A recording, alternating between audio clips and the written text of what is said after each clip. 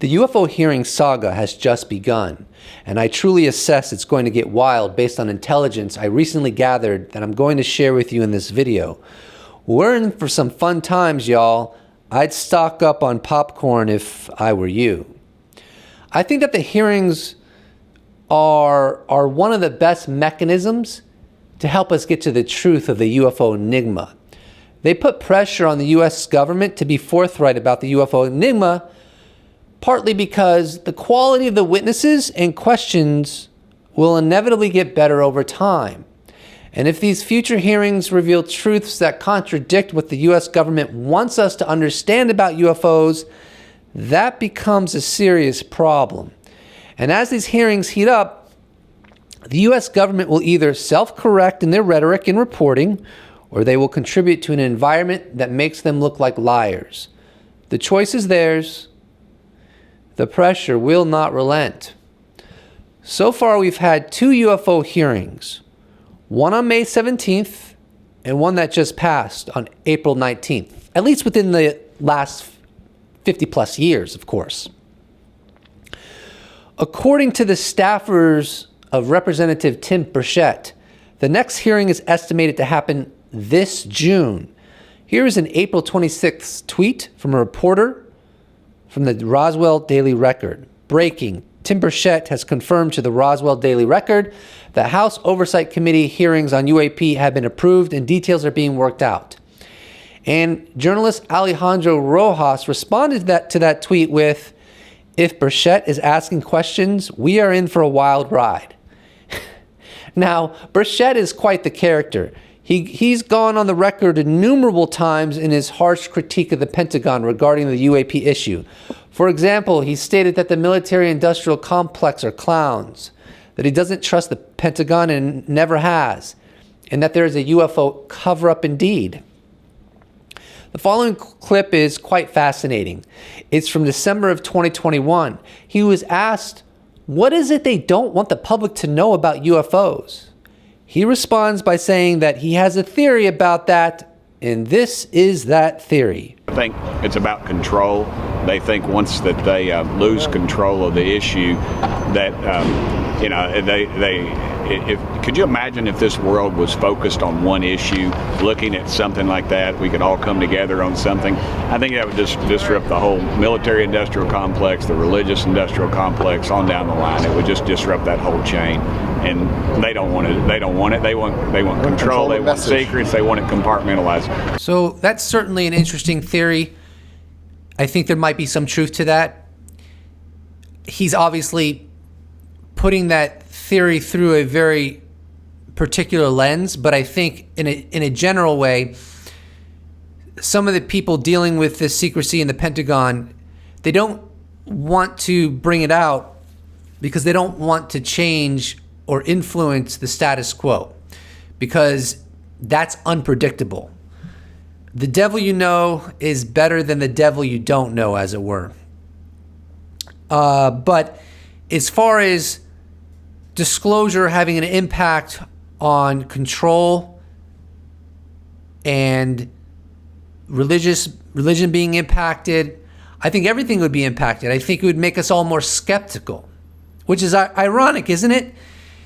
If you listen to a lot of what the debunkers and pseudo-skeptics, their rhetoric is that we're not skeptical enough, and we're too gullible, and we're too easily influenced, and our analysis is gullible, and on it goes. Wouldn't that be an interesting irony if the revelation that we're not alone, that we're not at the top of the food chain, that our species is being engaged by intelligences much smarter and more technologically advanced than we are, and that the US government and other governments knew about this to some extent, covered it up, engaged in propaganda to lead all of our institutions astray, and to sway our perception of this enigma from, wow, this is a real scientific enigma to, this is X-Files music. and silly and Martians, and we shouldn't be paying attention to this. That perspective that has thrived for 70 plus years cannot be separated. In my opinion, it cannot be separated from governmental influence. Maybe it would have happened to some extent organically, but nowhere near the extent that it has. The ridicule factor was put on steroids, in my opinion, by interests that didn't want us to have this conversation on this enigma. And I do think we will become more skeptical, because when something is thrown at you of this gravity that you never really thought about before, you never really considered it. Most of us have not, and even those of us that have often have done so superficially. So what happens when we get disclosure and there is no more tendency to think about it superficially, it becomes a fact. It becomes a reality. It becomes consensus reality. And now we have to contend with this new world. Wouldn't that potentially infect all of our thinking? Not just our relationship with non-human intelligence, but all of our thinking. I think it would, whether directly or indirectly, make us more skeptical as a species about what we should or should not give credence to, what we should or should not believe. Not suggesting that we should now start believing in anything and everything, but that we should not be so convinced of the nature of reality prematurely. So let's get right into the intelligence I told you I came across at the opening of this video. On May 5th, 2023, Representative Tim Burchett had a tweet that said, "I'll be hosting a telephone town hall on Tuesday, May 9th at 5:30 p.m. Eastern.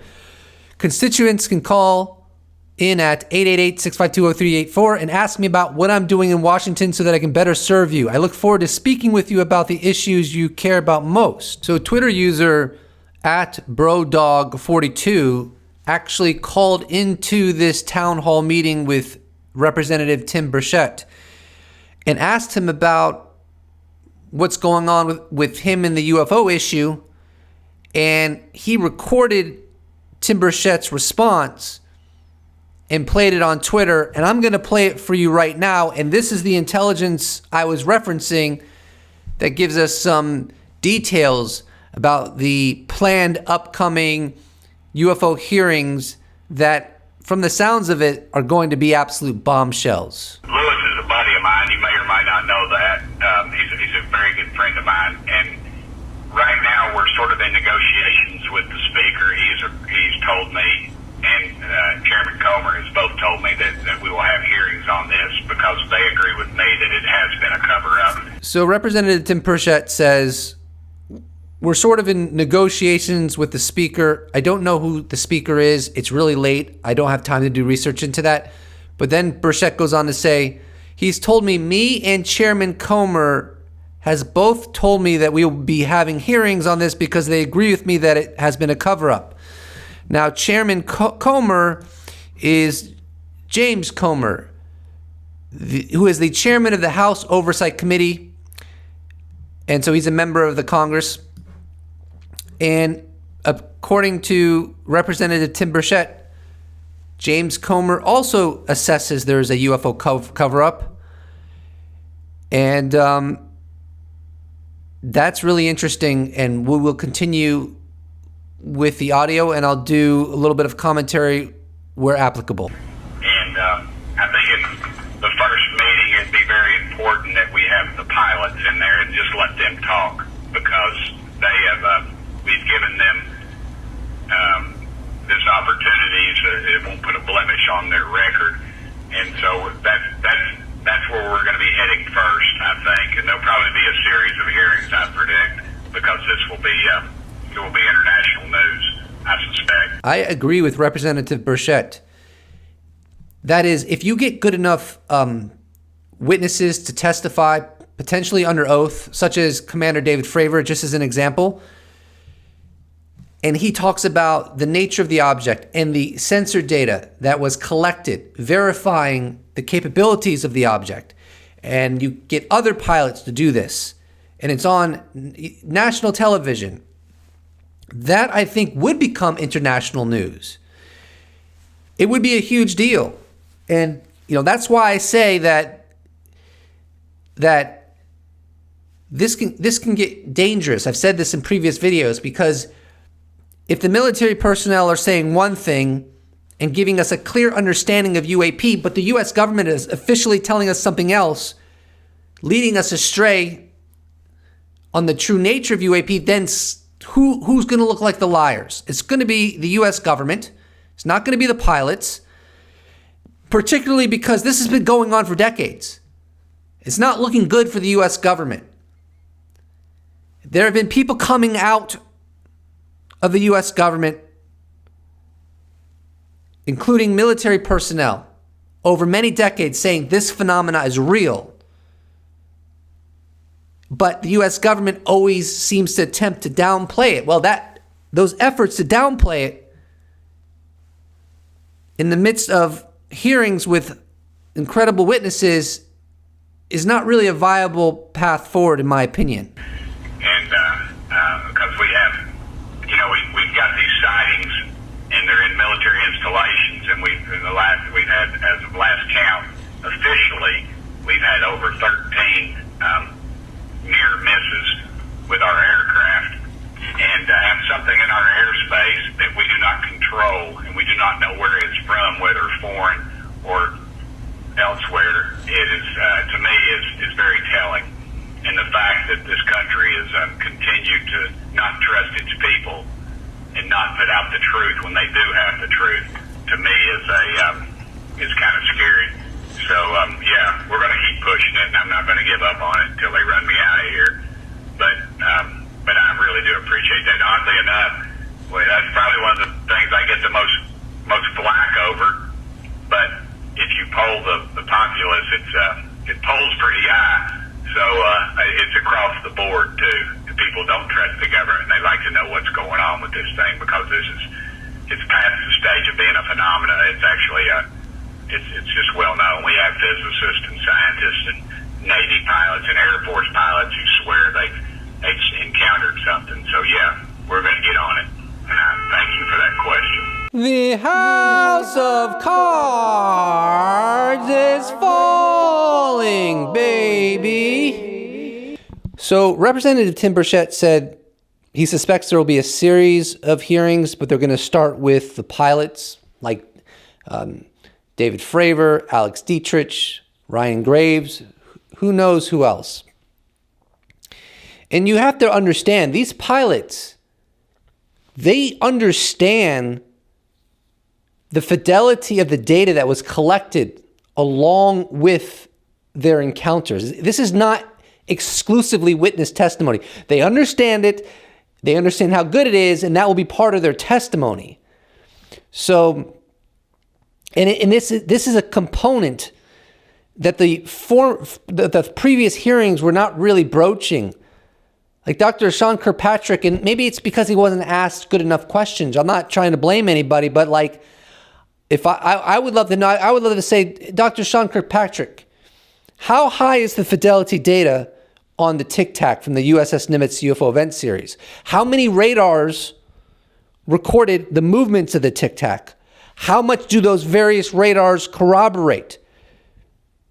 Were there land-based radars that collected data on the Tic Tac? Were there satellite systems in addition that collected data on the Tic Tac? Now, these kind of questions would not be able to be asked in the public hearing, need to be done during the classified hearing. But I mean, it's so super obvious to me that the fidelity of data they have is much greater than what they let on. Some people don't agree with me on that, but it seems to me that anyone that understands how these sensor systems work within a carrier strike group, anyone that truly understands that, they all think the fidelity of data is very, very high. It seems to me the people that don't really understand the way those systems work and correlate with one another and are skeptics or debunkers, they act as if there's no way there's high fidelity data, which is one of the most bizarre things you could ever witness. How do they know? And someone could say, well, how do you know? Well, because I'm listening to the military personnel that know what they're talking about. And I'm by no means an expert on these systems, but I've seen some very good presentations of how these systems work and the suite of systems that correlate with one another and corroborate so that they have a view of the full battle space arena. So the likelihood is actually very high that the data on just as an example of the USS from the USS Nimitz UFO event series, Nimitz Tic Tac encounter, the likelihood, the probability is actually very high that the data is really, really good. That's why I sometimes say, like, the fact that the U.S. government didn't debunk the Tic Tac from the Nimitz is very revealing, because if they could, they would have. They want this to go away. They don't want to deal with this. The proposition of having bombshell hearings in June and beyond is quite exciting. So in light of that, we're going to play the disclosure flute to help usher in a post-disclosure world.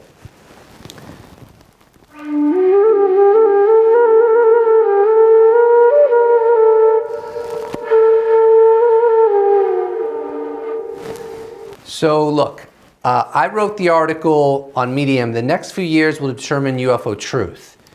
So even though I'm bullish that and bullish is probably not the right word, because I don't know if it's something to get excited about. It's actually quite disturbing. Even Tim Burchett said that it's scary that we're being lied to and that the DOD is not trusting their own people. But I wrote the article, "The next few years will determine UFO truth." So I've made it very clear that through the legislation and the Congress's aggressiveness in getting to the bottom of this enigma in terms of what the government knows, that the whole debate between skeptics and believers will end in truth, because the legislation will bring that truth out. Whatever that truth is, I think it's going to be that they have high fidelity data of unknown technologies that don't stem from adversaries, but we'll see. We'll see. Thank you so much for watching. I appreciate you subscribing and supporting my channel. It means a lot. And we're just getting started. We're going into some very interesting times. And popcorn is going to be in short supply very soon, so you might want to stock up. Please do not forget to subscribe. If you'd like to support this channel, you can check out my merch shop where I sell t-shirts. You can become a patron. You can become a YouTube member. You can give me a one-time donation. All of those potentialities can be accessed within the description below, or you can just slap a like on this bad boy and I will appreciate it so much. Thank you so much for watching, and I look forward to seeing you in the next episode. Special thanks to all patrons, YouTube members, those that have bought merch, those that have given me a one-time donation. I couldn't do without you. Thank you so much. See you in the next episode.